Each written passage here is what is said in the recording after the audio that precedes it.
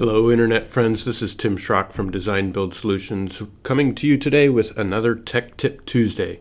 Today I want to address the question, is Chief Architect deficient? Let's get started.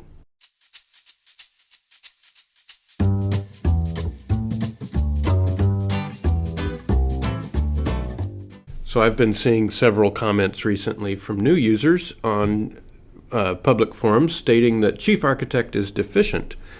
While I'm not here earning anything from Chief Architect, I don't get paid for any of these. I'm not affiliated with Chief Architect. I've been using Chief Architect since 2003 or 2004. I don't recall exactly. It was version 9.5 when I first started.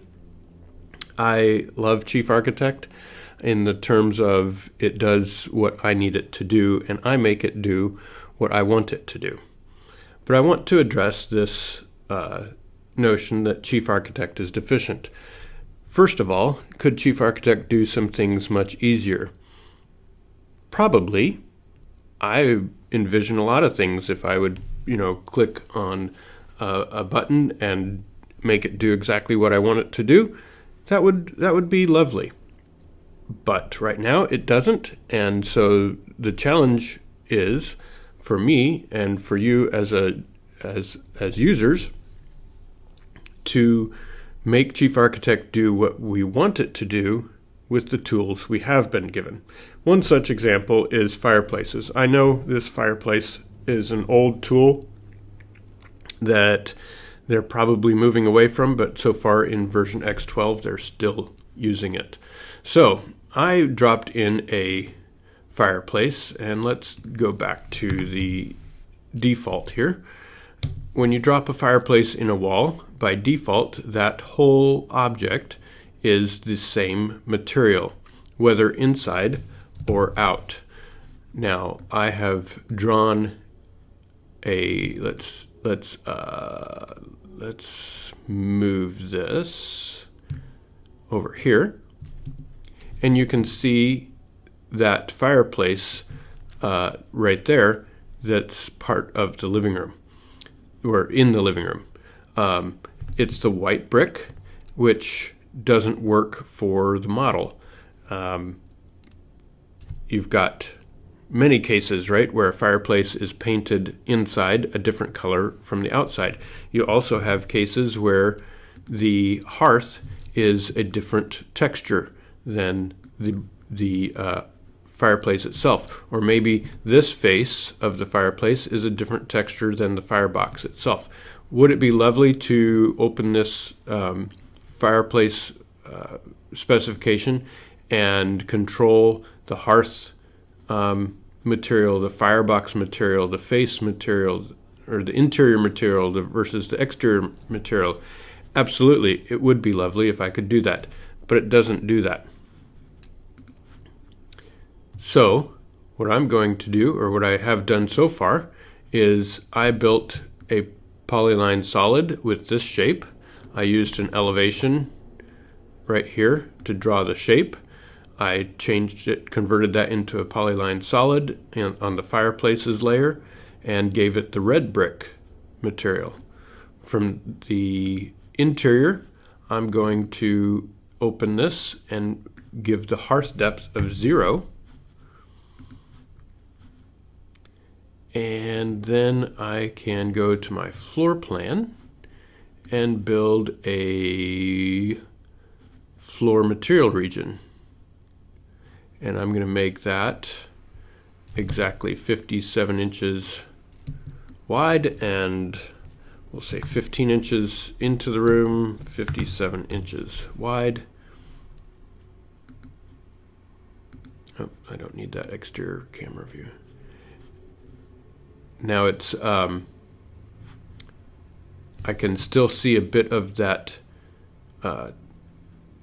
hardwood floor, but if you'll notice, it actually looks like the tile is recessed into the floor. So if I double click on this and change my layers, maybe the ivory tiles, let's do the thin set mortar at 5/8 inch thick. And we're going to do this at 3/8 for for the tiles. So the total thickness of that region is now 1 inch. I do not see that line of flooring anymore, and it doesn't look recessed into the floor. Let's see, to change, if I were to change this, I might go into an elevation. I'm going to do a back clipped cross section right here, and I'm going to draw something like this. Let's go 58 inches wide and 54.5 inches tall. I'm going to break this, so I hit the number 3 key on my keyboard, and I'm just lining it up with that edge of the firebox right there to break that. And I'm going to pull this section up here. Okay, now I'm going to convert that into a polyline solid. I'm going to specify the layer as fireplaces, so hit Fi on my keyboard. It jumps right down to fireplaces. And I'm going to give it a depth of, let's say, 8 inches. Let's go back to plan view. I can see this solid that I created here doesn't come out to the face of this anymore, so I don't need the camera view, I don't need the elevation. Let's go to this camera. You can see it's not, yeah, it's behind this face of the brick.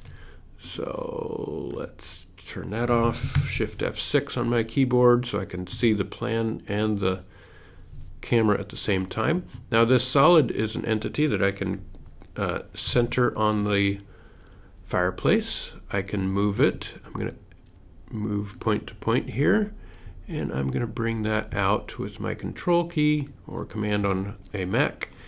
Hey, look, now I've got an interior firebox with this material. Let's say this is, instead of 9 3/4, say 9 1/2. There we go. Let's go into my libraries, and maybe there's a tile material I like. I doubt it. I rarely like these tiles.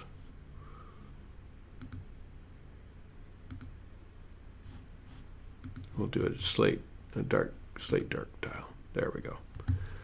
That works for this purposes. So in my estimation, this Chief Architect is a tool that we need to understand what Chief allows us to do with the tools that we have, and gives us the opportunity to create the look or the functions that we want. Now, I'm not here to say you're doing it right or wrong. Some people take their Chief Architect and turn it into AutoCAD and then do the plans from there. I do it 100% in Chief Architect. I figure why, if something changes, Chief Architect is managing that. I can adjust things, make things covered up, hide things, delete things, make the details work the way I want them to work. That's all about using the tool in the way that it was intended and the options we've been given. So I'll get off my soapbox now. Enjoy the tool that we've got here in Chief Architect. If you have any questions, please let us know.